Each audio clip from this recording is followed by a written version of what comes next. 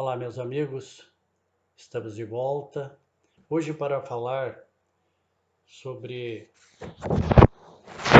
instruções de Jesus aos 12 apóstolos. A primeira, que houve também uma segunda, a primeira reduzida a dentro do Estado de Israel e a segunda já para os outros povos, para fora da nação de Israel. Em qualquer Bíblia encontraremos Mateus capítulo 10, versículos 5 a 14.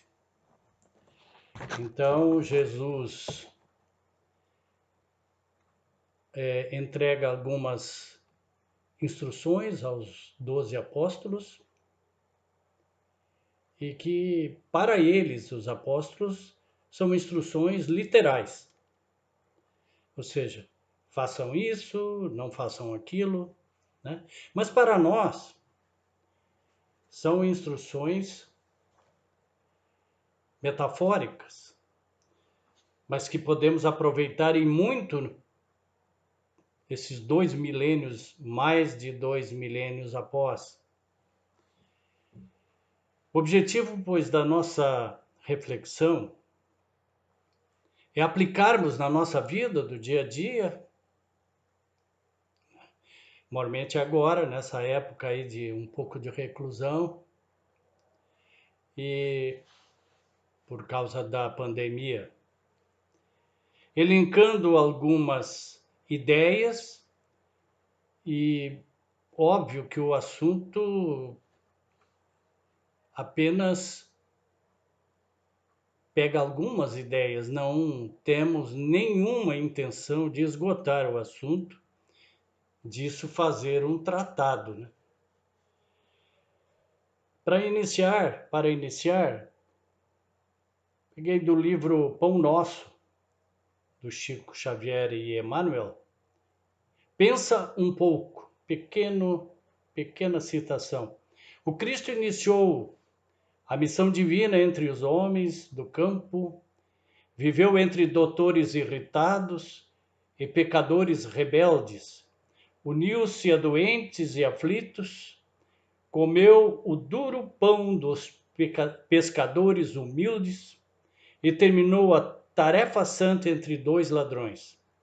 Que mais desejas?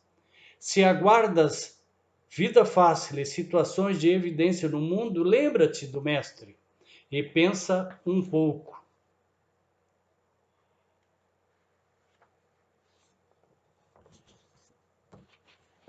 Jesus instrui, não vou dando o número, vou apenas ler o versículo 5 ao 14. Não se dirijam aos gentios, que eram os politeístas, ou seja, cultuavam vários deuses, nem entrem na cidade alguma, na cidade alguma dos samaritanos, que eram os dissidentes do judaísmo. Antes, dirijam-se às ovelhas perdidas de Israel, aqueles que aceitavam um Deus monoteísta, como nós, mas que estavam afastados. Por onde forem, continua a instrução, preguem essa máxima: o reino dos céus está próximo. É um convite ao nosso crescimento pessoal.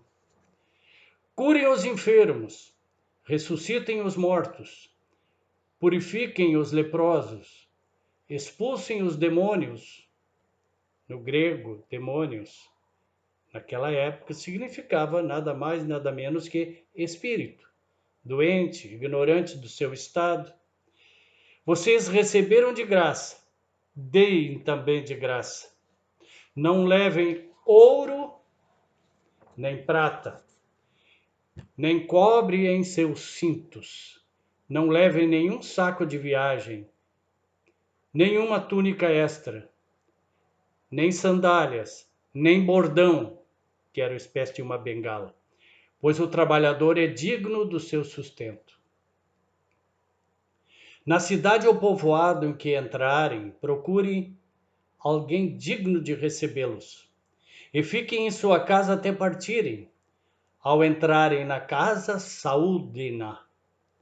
Se a casa for digna, que a paz de vocês repouse sobre ela. Se não for, que a paz retorne para vocês. Se alguém não os receber, nem ouvir suas palavras, sacudam a poeira dos pés quando saírem daquela cidade ou daquela casa. Esses são os versículos. Bezerra de Menezes, numa mensagem de 2013, diz: a narrativa do Evangelho assegura que Jesus deu-lhes poder antes mesmo de recomendar as ações solidárias de curar, limpar, expulsar e ressuscitar. Conferir poder é acolher, estimular, orientar e reforçar a divindade adormecida e ignorada no íntimo do coração. Todo servidor do bem que busca a sua própria iluminação habilita-se pelo exemplo e pela força de suas atitudes amorosas a despertar esse poder em seu próximo. O poder da crença lúcida, o poder da fé legítima, o poder do amor curativo. Conclui Bezerra de Menezes. Na singela expressão, deu-lhes poder, está resumida a mais gloriosa missão das linhas do amor. Então nós vemos aí Bezerra complementando, né, dizendo que o exemplo que nós demos, e isso é sabido através de muitos poetas, filósofos, que os exemplos arrastam e as palavras o vento leva. A força do exemplo é uma realidade enorme, principalmente o exemplo que nós recebemos e damos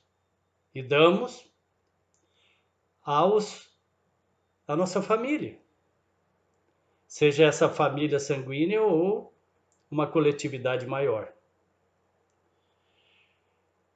Pregue o evangelho em todo tempo. Se necessário, use palavras. É tido como uma citação de alguém desconhecido, autor desconhecido, não sei, é o que diz pelo menos, pesquisei e não encontrei nome de autor. Pregue o evangelho todo o tempo. Se necessário, use as palavras.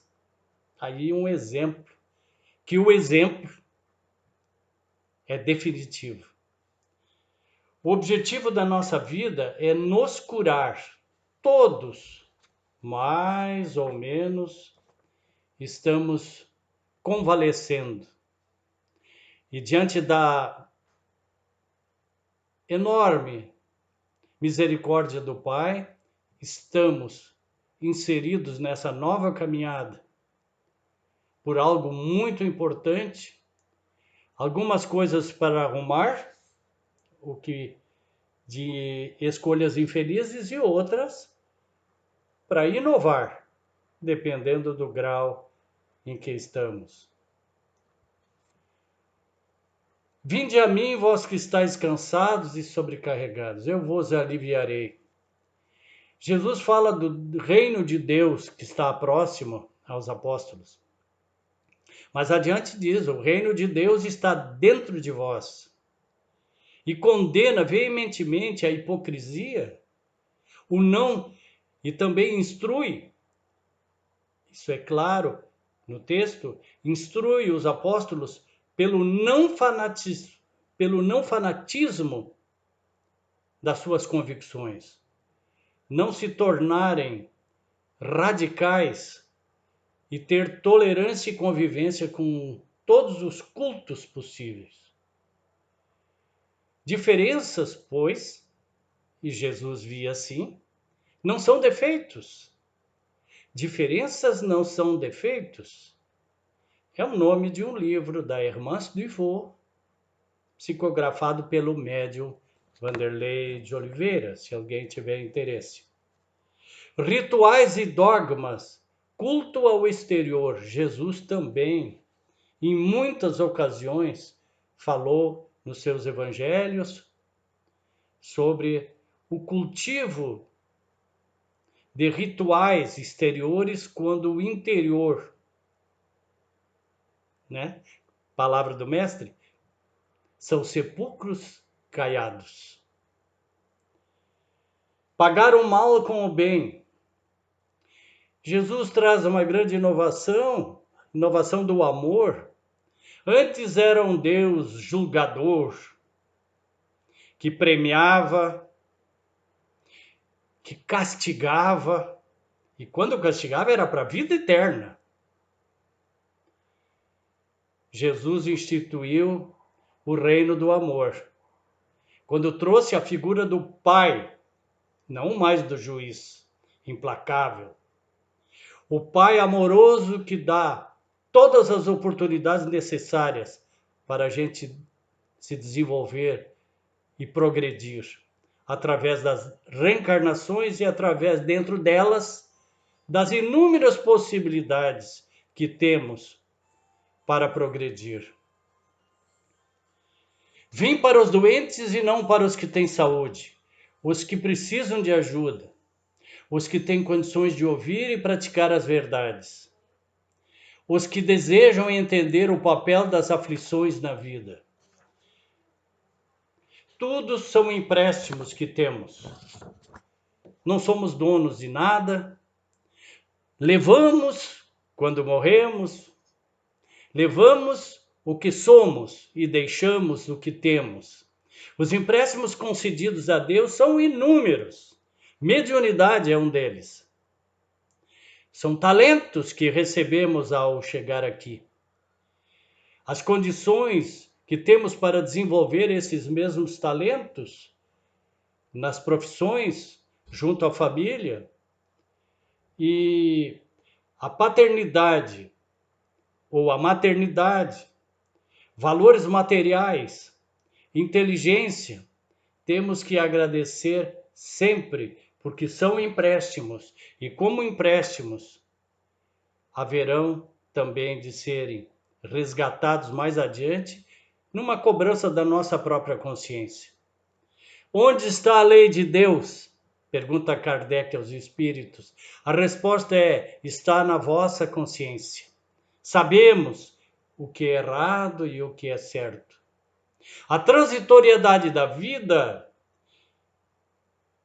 pois, é uma constante.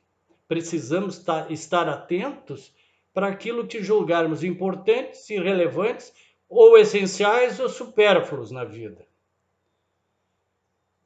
E se perguntar assim: se eu me for hoje, terei feito alguma diferença no mundo?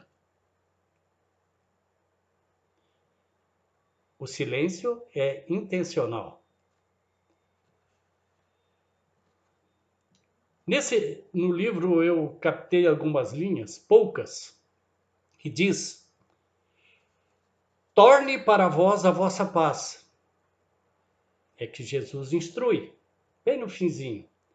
É da lei. A doação do bem produz recebimento do bem. Não existe na vida ganhos e perdas. Há sim ação e reação, causa e efeito. As ações boas ou más voltam para nós, acrescidas das vibrações de natureza semelhante.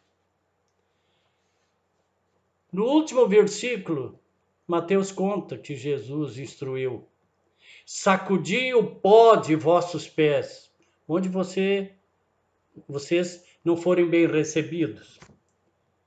Ou seja, trazendo para o nosso mundo de hoje. Não aceitar provocações, não guardar mágoas, ressentimentos, procurar ascender os seus valores morais, sem fanatismos, baseado na fé inabalável, aquela que, segundo Kardec, pode encarar a razão frente a frente em todas as épocas da humanidade. Negar o Cristo, negar a sua mensagem, foi o que fez Paulo, talvez um dos maiores exemplos que a vida nos legou ao longo da história.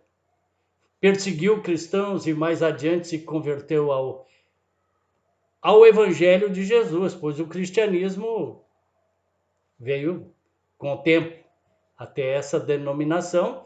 Não havia sido nem cunhada na época, com certeza. Jesus não fundou o cristianismo, ele deixou o evangelho com linhas morais para que a humanidade soubesse que não está sozinha, que Deus é o Pai misericordioso, é a extrema inteligência dos universos e que tudo está sob controle. Aí eu pergunto para você, você é feliz?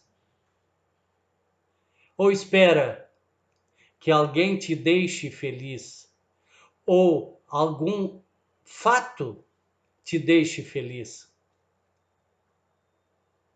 O que é felicidade? Jesus nos fala que a felicidade não é deste mundo, naturalmente se referindo àquela felicidade dos espíritos livres de reencarnações, livres de imperfeições. O que faz muitos dizerem que aqui é um vale de lágrimas é justamente como vive a população. Então, se a gente se julga um pouquinho melhor do que essa grande maioria, demos o nosso exemplo. Se necessário, a palavra também. Mas o exemplo de vida, de honestidade, ele arrasta as pessoas e influi aqueles que convivem com a gente, aqueles que ouvem a palavra. Influi muito no comportamento e na própria trajetória das outras pessoas. Humberto de Campos, no livro Boa Nova, traz uma mensagem de Jesus já na espiritualidade, falando a pessoas, centenas de pessoas, a que se deu o nome de o discurso aos 500 da Galileia. Ele diz, Jesus fala a pessoas que foram escolhidas pelos apóstolos para estarem lá ouvindo naquele momento. Enviei meus apóstolos como ovelhas ao meio de lobos, e vos recomendo que lhes sigais os passos do escabroso caminho. Depois deles, é a vós que confio a tarefa sublime de redenção pelas verdades do Evangelho. Meus discípulos serão os semeadores, vós sereis o fermento divino. Para concluir, eu trago uma receita do Dr. Inácio Ferreira, querido Dr. Inácio. Ele coloca 3 linhas de conduta mental para nós melhorarmos a nossa performance, a nossa vida, para aqueles que alcançaram um mínimo de entendimento para fazer isso. Primeiro, acreditarmos que merecemos a felicidade, assim como todos os seres humanos. Há pessoas que vêm, parece que marcadas, se dizendo que veio para o sofrimento. Ninguém veio ao mundo para sofrer. O sofrimento tem causas anteriores, muitas vezes muito anteriores. Mas a maioria delas, pelo que sabemos, são das atuais cogitações da nossa vida, dos nossos pensamentos. Segundo, pararmos de encontrar motivos externos para as nossas dores e descobrir as causas íntimas. Temos dores, temos aflições, muitas, mas sua maioria, grande maioria, de agora, dos poucos anos, décadas que estamos vivendo. E aí nos tornamos vítimas. Vítima do destino, vítima de Deus. E vem Jesus com a sua mensagem dizendo: bem-aventurados aqueles que estáis cansados e sobrecarregados, eu vos aliviarei. Obviamente ele não fala daqueles que colecionam aflições a todo momento, que são artífices das suas próprias amarguras. Ele fala daquelas pessoas que sofrem, às vezes por causa de outras, pela injustiça, ou pelo aquilo que supõe a filosofia humana como injustiça. Então, o doutor Inácio nos coloca, e em terceiro lugar, pararmos de pensar na felicidade, castigo ou prêmio para depois da morte. Tentar viver a vida do modo mais feliz possível. Muitos, pensando no que virá, se esquecem do hoje. Outros se preocupam tanto com o futuro que visitam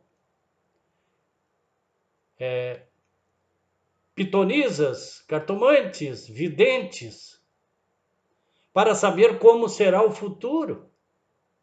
Ora, é só analisar o presente, não é? Não precisamos desses, embora muitas vezes sejam interessantes as informações, outras não nos trazem quietude na alma, nos traz até agitação, dependendo do estágio de cada um e o que lhes é dito. Então, para finalizar, eu digo a vocês, meus queridos amigos que acompanham o meu canal, muito obrigado pela deferência, muito obrigado pelas centenas de visualizações. Seja feliz, meu caro, minha cara amiga, com Jesus e sua mensagem, cada vez mais atual e definitivo. Não mais um juiz implacável, temos um Pai misericordioso, que a nós nos favorece com todas as oportunidades que precisamos. Demos graças a Deus a cada manhã, a cada momento, até pelos tormentos que a vida nos coloca, as dificuldades que temos. Resta-nos sempre uma prece para nos conectar com o alto e agradecer sempre o bem e aquilo que consideramos que não é bom. Que Deus ilumine a todos. Muito obrigado, meus queridos amigos e amigas. Namastê. Até breve.